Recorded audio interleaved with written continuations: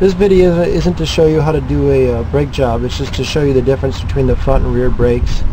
All the same principles apply with the back brakes as they do the front brakes, with the pads and the pistons and the rotor and all that stuff. You're checking for the same stuff and the front brakes and the back brakes. Doesn't make a difference.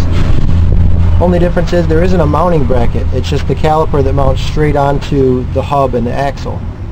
There's going to be two slide pins that go in right there and right there. And then there's bolts that go through those slide pins. So you want to lube the slide pin, not the bolt, because lubing the bolt won't do any good. It's the slide pin that slides, not the bolt.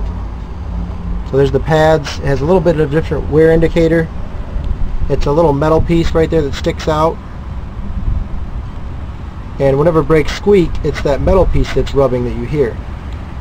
So if brakes squeak, that means that they need new pads. Here's the slider bolts, and then there's the bolts that go through those bolts. Another thing is, it mounts on the hub right there and right there. Those 2 points are going to be on the inside, in between the pad and the caliper. So not on the outside out there, it's going to be on the inside. Once you get everything back together and lubed up, make sure you get the rotor on, and then when you go to put the caliper back on, one trick that you can use is put the pads in the top, the side with the wear indicator first.